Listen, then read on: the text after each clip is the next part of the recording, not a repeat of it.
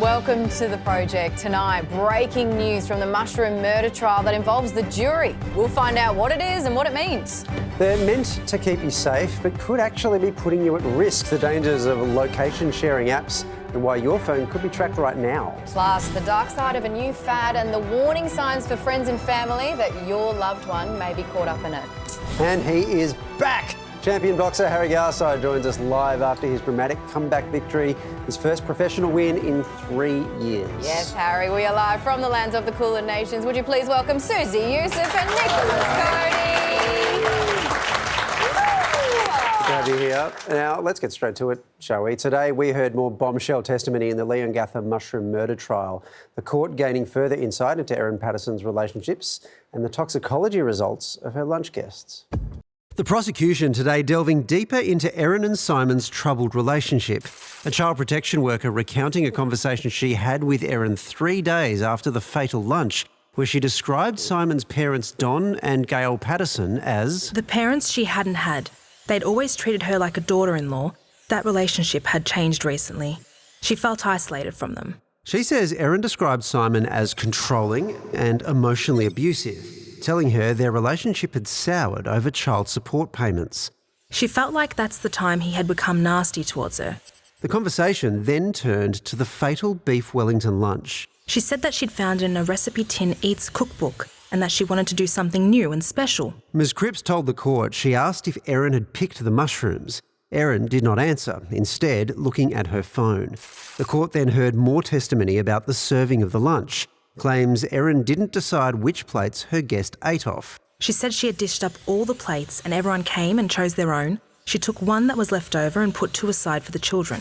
The state's chief toxicologist also took the stand, detailing what's considered a lethal dose of death cap mushroom toxins. They're very toxic compounds, so for a 70-kilogram adult, it's about 3 tablespoons.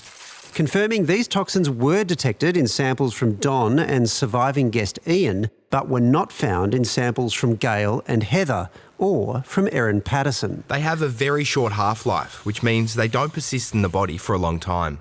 Leftovers recovered from Erin's property, as well as food traces from the dehydrator found at the local tip, both came back positive for death cap mushrooms. Erin Patterson has pleaded not guilty to all charges. News First reporter Samantha Butler is in Morwell. She joins us now. Sam, there's been some breaking news about a juror. What's happened?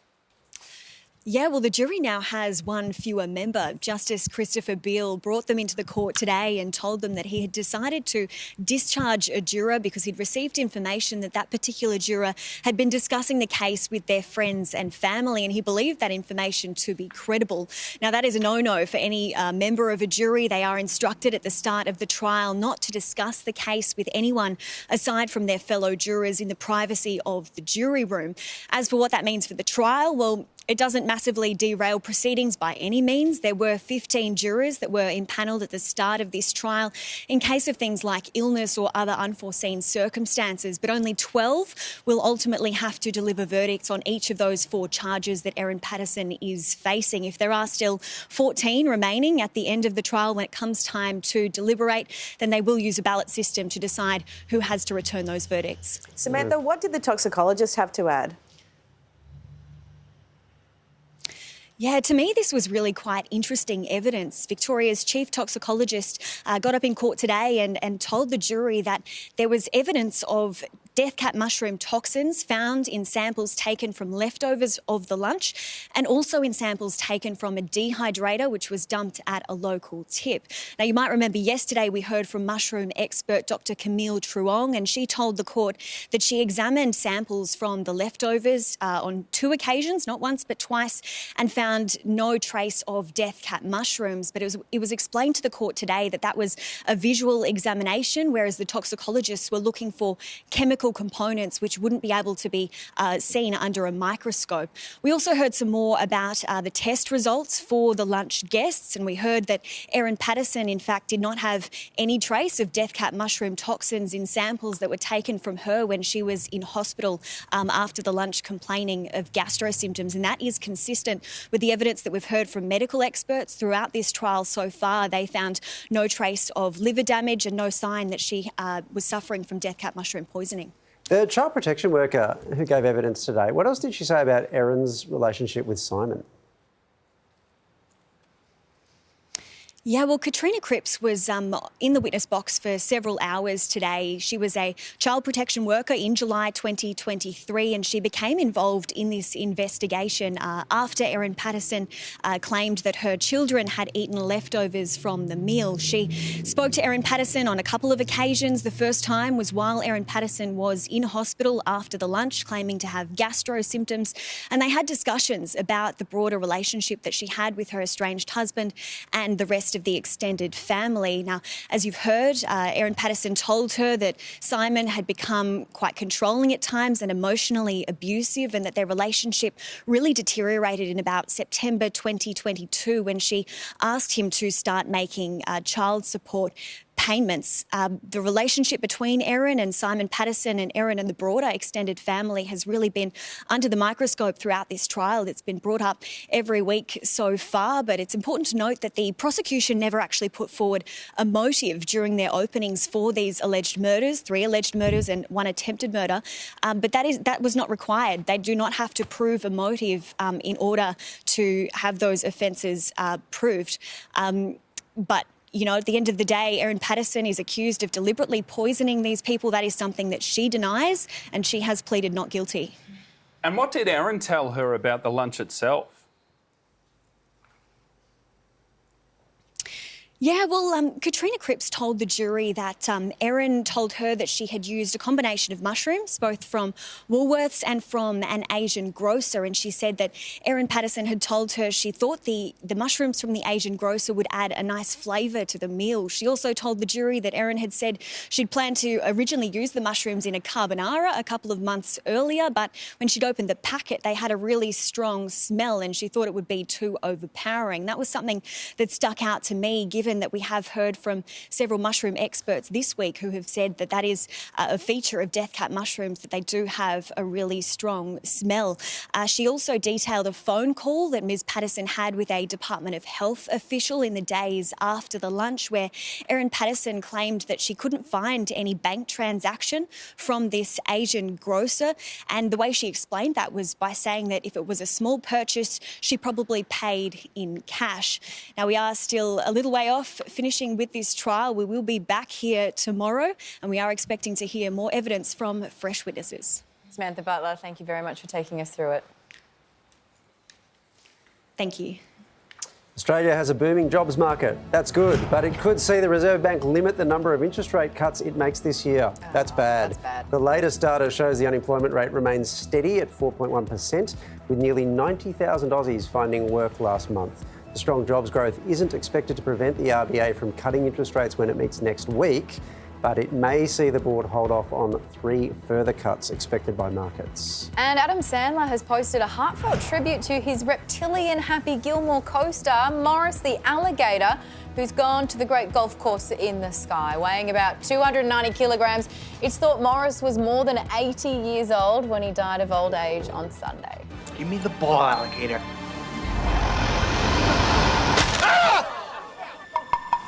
You've got one eye. Chubbs, you took his hand. R.I.P. Morris, but when I heard this headline, I did think that Adam Sandler had come out with a line of Crocs, and I may have Googled them. And now you get to report the news. What a joy. Now, I don't get to say this enough, but I do today. Some very exciting duck news. Wow. A fast-flying duck has managed to set off a speed camera in a small Swiss town. It was caught flying at 51 kilometres an hour. That is more than 30 k's over the speed limit. Wow. It is the second time that a duck has set off this exact same camera, 7 years to the day. What? Looking forward to the documentary on this legend. 2 speeding fines, 1 cloaca, 0 ducks given. Very good. Where's the 20 kilometre an hour speed limit? In there? Switzerland? Yeah. That's what, didn't you say the duck was flying at 50 and it was 30 kilometres an hour? That's... Yeah. The duck's doing a good service. And I was too busy looking at this grouse duck. Oh, I'm sorry about that. All right, off to a break and see you soon.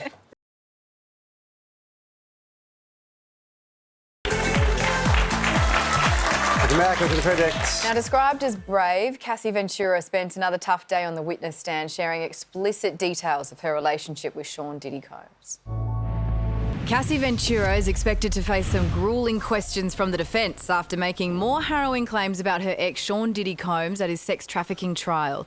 She again broke down as she testified about how he raped, abused and blackmailed her. Cassie also revealed she felt so much shame over the freak-off sex sessions, she even considered taking her own life. She's holding up strong. I mean, having to recount what happened during those 10 years, that's just very powerful. In other news, Russian President Vladimir Putin will be a no-show. The Kremlin's revealed he will not go to Turkey to join talks about a ceasefire with Ukraine. Russia's delegation will instead be headed up by a presidential aide. Ukraine's President Volodymyr Zelensky, who'll be in Ankara to meet Turkey's president, says it's a sign Putin's not interested in peace. And Donald Trump has met with Syria's president, former al-Qaeda-aligned militant Ahmed al-Sharaa during his historic trip to the Middle East. This is the same man the US had a $10 million bounty on just last year. Young, attractive guy, tough guy. You know, strong pants. Very strong pants, fighter. Trump has also become the first US president to visit Qatar, where it seems he was wowed by a lavish welcome and insane wealth. Nice house, nice house. He also signed a multi-billion-dollar deal with Qatar for 210 US-made Boeing planes. The news back home, and a man remains in a critical condition in an Adelaide hospital tonight after being attacked by a shark at the popular Port Noarlunga beach. Aged in his 60s, he suffered serious injuries to his thigh. He was bitten while swimming inside the reef. Usually considered a safe swimming area, there are fears that algal bloom is bringing the sharks closer to shore. Right along the coast here, there's sharks everywhere. I only go up to here now. It's the first shark attack I've ever seen or heard of down here. And should mums and dads be fined for calling out teachers and principals online? Well, a former lawyer who mediates disputes between schools and raging parents definitely thinks so. He's pushing for a $1,000 fine or similar penalty after a rise in damaging online abuse. He also flagged teachers often don't have time to defend themselves against defamatory comments. Support this? Totally. Really? Totally. Yes. Maybe I'd go further. I haven't thought about it, but I do.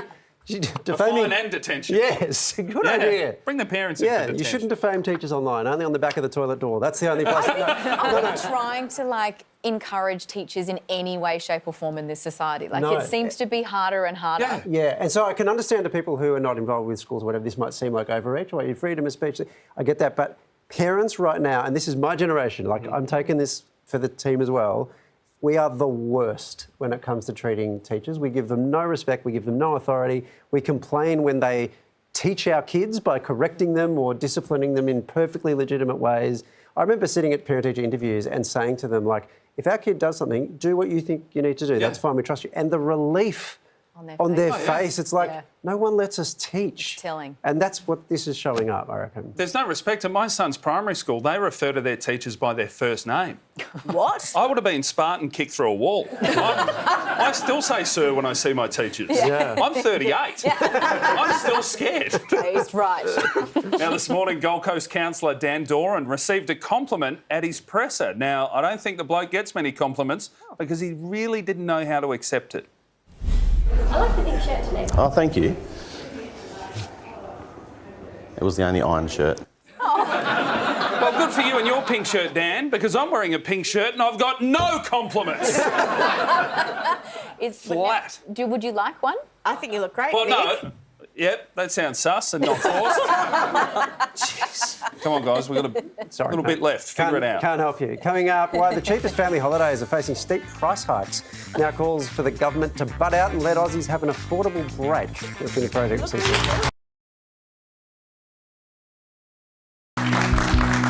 Welcome back. You're watching The Project.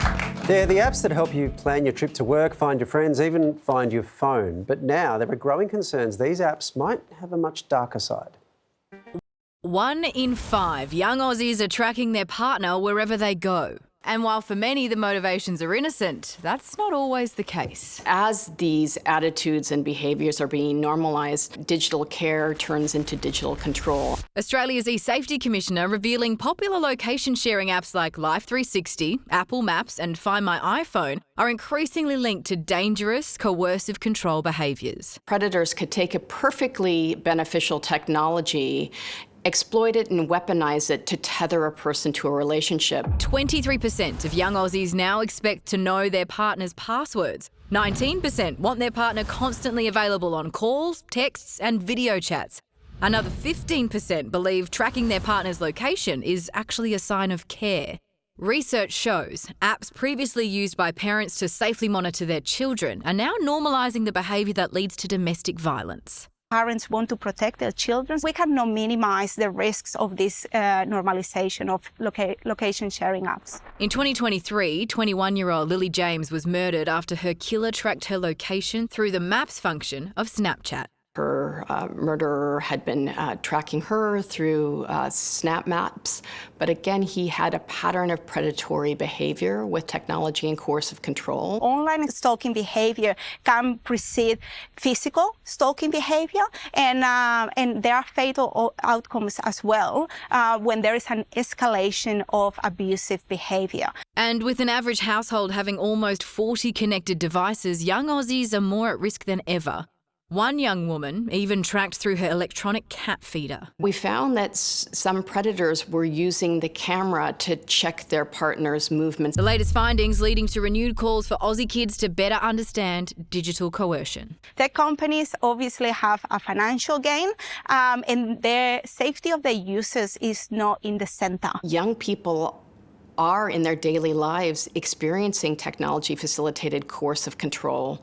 They don't know what it is. They don't know what to call it. They don't know that it's a thing.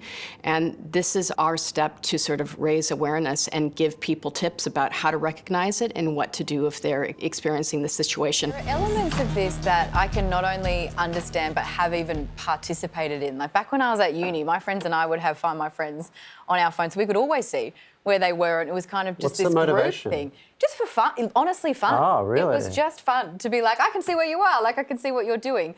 But now that see, that's fun when you say it. Yes, yeah. I can see where you are. I know what you're doing. Yeah, see?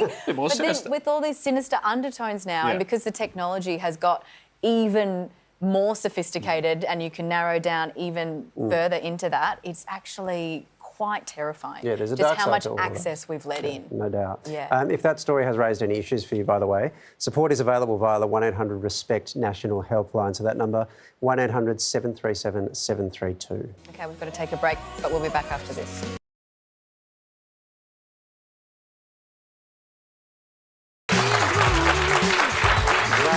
Some more of today's top stories and a bombshell development in Erin Patterson's mushroom murder trial. One of the 15 jurors has been discharged. It's alleged he discussed the case with family and friends against the judge's instructions. On the witness stand today was Victoria's chief toxicologist. He told the court death cap mushroom toxins were detected in leftovers from the deadly lunch and in Erin's food dehydrator. The jury heard there were no death cap toxins, though, detected in samples taken from Erin in hospital. She's pleaded not guilty and insists she did not deliberately poison her in-laws. The nightmare continues for the family of Queensland man Caleb List, who's gone missing in eastern Ukraine. The 25-year-old was fighting Russian forces when he was reportedly killed last month, but as yet his body hasn't been recovered, nor has his death been confirmed. With no new information, his loved ones are now holding out hope he may have been taken prisoner. And Caleb's uncle, Michael Connolly, is kind enough to join us now. Michael, thanks so much for being there, because this is such an incredibly difficult time for you and the family. How are you all doing? It's a bit of a, as you said, Waleed, it's a very strenuous time for all of us. More so for the fact that half of the family only found out yesterday. We didn't find out through official channels. We actually found out through unofficial channels when it was reported in the media. So that was a bit of a shock to have it reported to us in that way. So we've had to take that on board, as well as take on board the information we've got. But we're hopeful that more information will come to light in the future, which will shed different light on the situation. What a terrible way to find out that must be. And to be in the dark about so much. So when was the last time you saw or heard from Caleb? Caleb returned home last year to visit his father and his family and his mother and his brother and other family members. He was here for about 3 or 4 months before returning to Europe. And it was great to have him back home because it was just Caleb. He was home. He wasn't a soldier. He wasn't a mercenary. He was just our nephew, our friend, Caleb, home again. And we'd like to see him back again.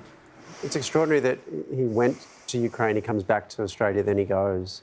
The last time he was here, having already been to Ukraine, did he seem changed in any way to you? Caleb's always been a very thoughtful young man. He was never really been outwardly verbose, talking a lot. He takes a lot of things in and internalises them. But I noticed that he was even more quiet when he came back this time around. So obviously things that he'd seen on the battlefront had affected him in certain ways, I'm sure. Do you know why Caleb felt so compelled to go to Ukraine? He was the sort of person who, when he saw something that he sort of felt as an injustice, he couldn't help but to help. That was his nature. He was a helpful sort of person. He wanted to help other people, and he always wanted to be in the military. And his desire to be a part of a military organisation took him overseas. Michael, can you tell us a little bit more about Caleb as a person outside of this, this story? That's more like the person. That's more what I would like to talk about, because Caleb himself is. I mean, many people will make their own opinions about him and why he was over there, what his motivations were. But he was not politically motivated. He was not. He didn't have an idealistic attitude. He really just wanted to go over and help. That's all he wanted to do. He wanted to help the people that he saw were being treated badly. Michael, was there ever a conversation either between yourself and Caleb or others where you just asked him not to go, to stay? Yes, we had that conversation with him as a family prior to him leaving in 2022. We just asked him to really consider his decision and to understand what he was actually doing. And his decision would be something he'd have to live with. And we really understood that he had made a decision from much thought and much consideration.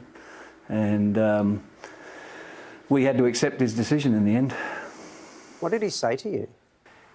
He just wanted to be a member of the army. That was what he said. From a young age, he's wanted to be a soldier. And he worked towards becoming an Australian soldier for many, many years. He was part of the cadets. And he did all of the training as a cadet and worked through and got through a lot of things and went through a lot of, jumped through a lot of hoops. And unfortunately, at the last hurdle, got let down by 1 point on the exam and couldn't resit the exam, so that took the wind out of his sails a bit. You mentioned finding out things via unofficial channels. Information just seems to be hard coming out of Russia. We've seen instances where it's been unreliable. The case of Oscar Jenkins, for example, you might remember, who was reported dead, actually, and then it turned out later that he was alive. Where are you going? Is there anywhere you can go for reliable information on Caleb? I have been told by reliable sources that Caleb's mother actually got to speak directly to his unit commander over in the Ukraine, and she was informed that when they returned to the area where the skirmish was, there was no sign of any body or any remains as such. So at this stage, we're still, we are up in the air as far as an official word at this stage. We don't have an official finding at this point. Michael, it's an unbearable wait. We really appreciate you joining us. Thank you very much. In other news, Anthony Albanese has jetted into Jakarta to meet with Indonesia's President Prabowo Subianto. He's there to strengthen economic and defence ties with our closest major neighbour as China and Russia look to expand their regional influence. But the PM would not be drawn on whether he discussed Moscow's reported request to park its warplanes at an Indonesian airbase. Indonesia's answer is no. They've made it very clear. They've made it very clear. Not for me to comment on what occurs between countries that are not Australia. And the Greens have chosen Queensland Senator Larissa Waters to replace Adam Bandt as party leader. She says they want a constructive relationship with the government. We will give you the numbers in the Senate to pass good reforms that helps people and helps the planet. Okay? People elected us to get shit done. Wow, what a mandate. I reckon they might have gone for the one they felt Queensland-based, but also had the broadest appeal given the election they've just been through. But really significantly, and they really had no choice, the leadership back in the Senate, where traditionally it's always been with the Greens, and I think that is a reflection of where they are, that they can't maintain a lower house presence that they can bank on really to have the leader there as Adam has. They've got one seat in the lower house. Yeah, it's a history-making day. History, did you say, Susan? Yes, I did. Oh, History, wow. there's heaps of it, including my brother-in-law Warren's birthday. Happy birthday, Warren. This is your phone call. But let's check what the 15th of May has brought to the table in other parts of history. Yep, time to see what cool and crook stuff happened on this day. I hope you're hungry because on this day in 1940, the McDonald brothers opened the first ever McDonald's restaurant, and since they have sold millions of Big Macs and literally tens of fillet of fishes. Tough day for bad boys because in 1934 the US government offered a whopping 25 grand reward for notorious bank robbing gangster John Dillinger, dead or alive. And today I'd pay 25 grand to bring back that 1930s gangster voice. See, man. What's the next story, Susan? That's coming up. He didn't do it in rehearsals. Cast your minds back to 1536. Are you there? Yep, when the got it. trial of Henry VIII's second wife and friend of the show, Anne Boleyn, began. She was accused of using sorcery not to have a son. There were also other people accused of sorcery in 1536. For example, heaps of women. What a huge day for making a lot of bad decisions in one convenient location, because Las Vegas, my second home, was founded in 1905. And the first person to lose the lot was this bloke, an hour later, also on May 15th. There's curtains for you. Yes, it was. Now, obviously, in 1940, nylon stockings went on sale across the USA, with demand so high that 4 million pairs sold in 4 days. 2 million of those were bought by women, replacing the ones that already had holes in them. In 1930, nurse Ellen Church became the world's first flight attendant. She was hired to make air travel seem like a safe option for the general public. Of course, she's best known for her work here, and here. Nice. He's very good. Let's hit the high seas because in 2010, 16-year-old sailor Jessica Watson became the youngest person to circumnavigate the world solo. Impressive, but at 16, I circumnavigated year 10 with hormone fluctuations whilst downloading music from LimeWire. So, how's that, see? See? Pretty good, copper. Now, speaking of music and questionable hairdos, Bob Dylan chalked up his first top 40 hit in 1965 with Subterranean Homesick Blues. John is in the basement mixing up the medicine. I'm on the pavement thinking about the government. Now, that song was recorded in 3 takes. Imagine if he did a 4th. Probably could have sung it in tune. Finally, the film that made slow-mo running on the beach epic, Chariots of Fire, hit UK screens on this day in 1981. That's the same speed I do normal running. Oh no, it's catching. You can't fight it. That was on this day. Pretty good, Sam. Yes, it was, Sam. That's curtains for the segment. We've got to run to the break. Let's go, everyone. Slow-mo, get there. We'll be back after this.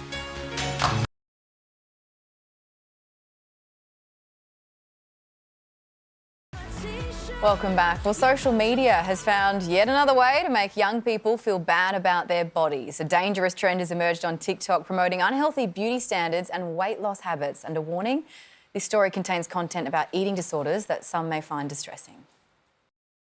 If you eat big, you'll be big. If you eat small, you'll be small. Drinking tea instead of a snack because I'm not a dog. We do not eat for enjoyment, we eat to fuel our bodies.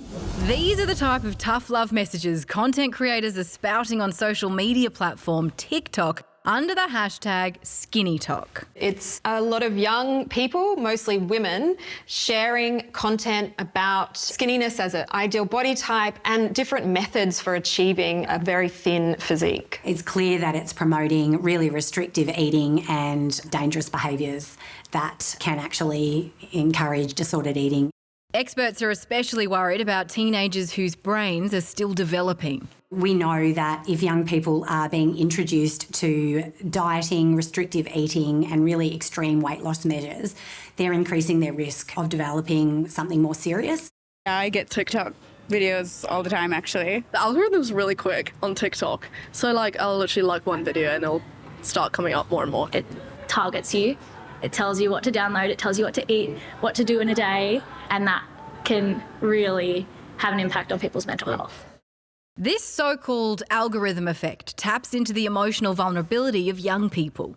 It makes assumptions about who you are and what you'd like to see and what's likely to engage you for the longest on the platform, and then it keeps sending you that content so you can be exposed to this content without actually seeking it out. Which is what I've just discovered. I decided to make a TikTok for 14-year-old Georgie on the hunt for healthy snacks.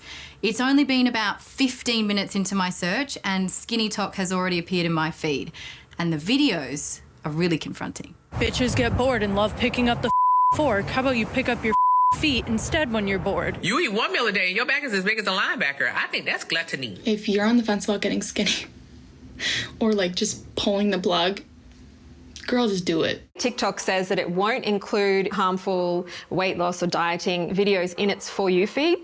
And it also says that it won't deliver it to people under 18 altogether. But as we can see, this type of content is available to people. I usually watch that kind of content, which probably isn't great. It does glorify kind of eating disorders specifically. They tend to do montages and stuff, photos of people who are in recovery, or the ideal beauty standard is very much pushed. Those ideals and those messages that are pushed on social media can push someone really down a dark rabbit hole. Chelsea Blissett was 17 when she was diagnosed with bulimia and anorexia. I was over-exercising, under-eating. I had gotten to a pretty dark space mentally. She was living away from home at the time, chasing her dream of becoming a professional footballer. I started to develop quite bad anxiety. I felt really like a loss of control. And for me, that manifested in an eating disorder. I eventually got caught throwing up in a friend's toilet. With the support of her parents, Chelsea worked with psychiatrists and dietitians to improve her mental health and relationship with food. She's now several years into her recovery and living out her dream in the Women's A-League. It's really nice, I think, now to look back and see how far I've come, but every day for me is not perfect. I still struggle, I still cry here, I still struggle with food there. So whose responsibility is it to stop harmful trends from thriving on socials? We need the platform to take a more active approach to restricting that type of content. Parents and teachers and other adults around young people also play a role in keeping children and young people safe online, but also people who are creating content. So influencers, content creators, businesses, advertising, all really need to make sure that they're creating content that does no harm. Also teaching younger kids how to create their own feed to actually support them through being on social media instead of constantly telling them that they shouldn't be on it. Trying to find content that aligns with your values and allows you to be your most authentic self. Unfortunately, social media, even though it's portrayed to be real life, it isn't real life, and those standards don't live outside that screen. The standard that everyone sets for you doesn't need to be the standard that you follow. I'm not a mother, but I do have a lot of young people in my life, and this might feel earnest and annoying to some, but you are so much more valuable than your weight. Put your phone down and go and enjoy your life, and if you need help, please go and seek it. You are so loved. Hear, hear, Susan. And this is for you if you do need help or support at all at any time for an eating disorder or body image concern. You can always contact the Butterfly Foundation's helpline on 1800 33 4673 or visit the website butterfly.org.au. You're watching The Project. We'll be back soon.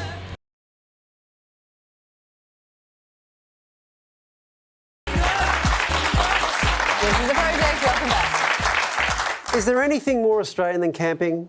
For the purposes of this next story, there absolutely is not. But some believe the great Aussie holiday is under threat, thanks to a steep hike in government fees on hitting the great outdoors.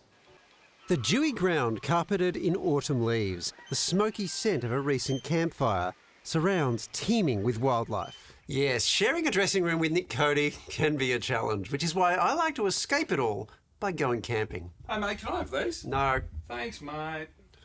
Camping is one of the more wholesome, soul-restoring activities you can do, providing you keep your eyes peeled for dangers like snakes, cliffs and increased fees. The New South Wales National Parks and Wildlife Service is proposing a standardised fee system for national park campgrounds that'll push prices in some places up by 600%. My initial reaction is that it could price ordinary, everyday Aussies out of being able to take their families camping. And for me, this is one of the most beautiful ways that Australians can go out and meet the environment, and especially young people. The service is proposing a 6-tier system with more facilities equaling more costs, meaning sites with barbecues, flush toilets and hot showers could jump from $16 per night to as much as $54 or even $89 during peak season. Parks and Wildlife says these changes are needed to improve maintenance due to an increase in visitors, but also that a raised price will cut down on ghost bookings, in which people book campsites but don't bother turning up, preventing others from using the space. And that means places like Barrington Tops are going to see their fees jacked up. But Parks and Wildlife denies they're just jacking up, telling the project the proposal would provide consistency and equity for all visitors by linking fees to the level of services and facilities provided and seasonal demand. I think it's really important that there is a fair system where everyone has access to the wilderness, where anyone can go camping and have an ability to go into our national parks. But it needs thoughtfulness and it needs a system that is going to work for everyone. And I don't think this one does. So isn't increasing camping fees really the best way to address these issues? Or will price hikes put nature hikes further out of reach?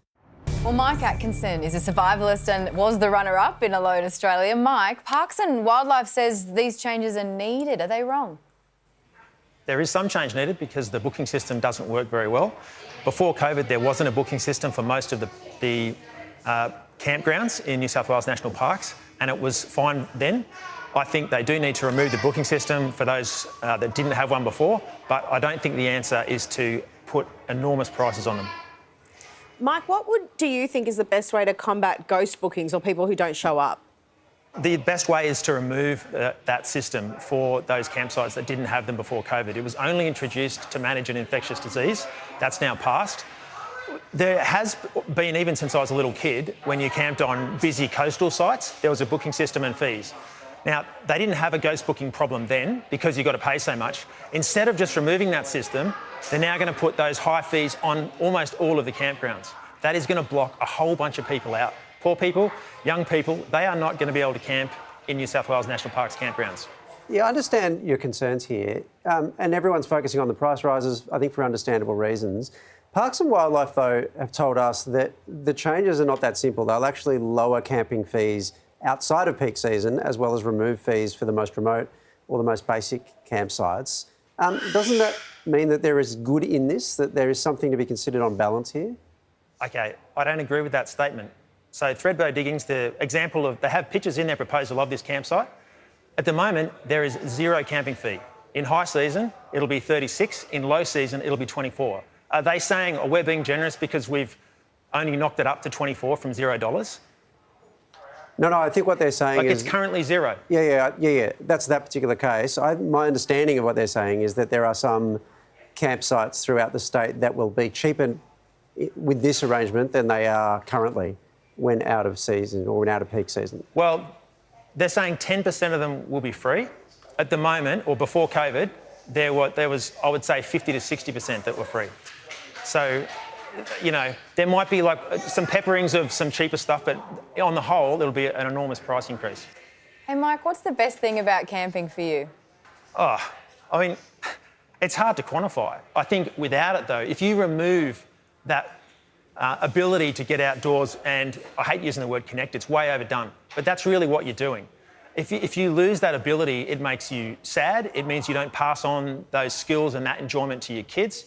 And generations go past and they spend less time in the bush. We should be encouraging people to get out in the bush, not discouraging them through high prices. And that's what this increase in prices is doing. It's discouraging them from booking. Hey, Mike, we can feel your passion and we so appreciate it. Thanks for your time. No worries. Thanks.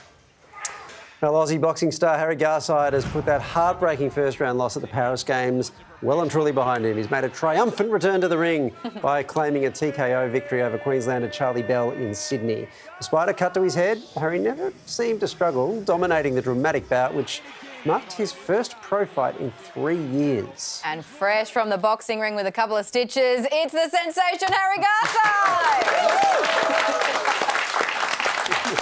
Thanks for having me in, guys. So good to hear your voice. Oh, Harry, congratulations. I know how much this means to you. How are you feeling?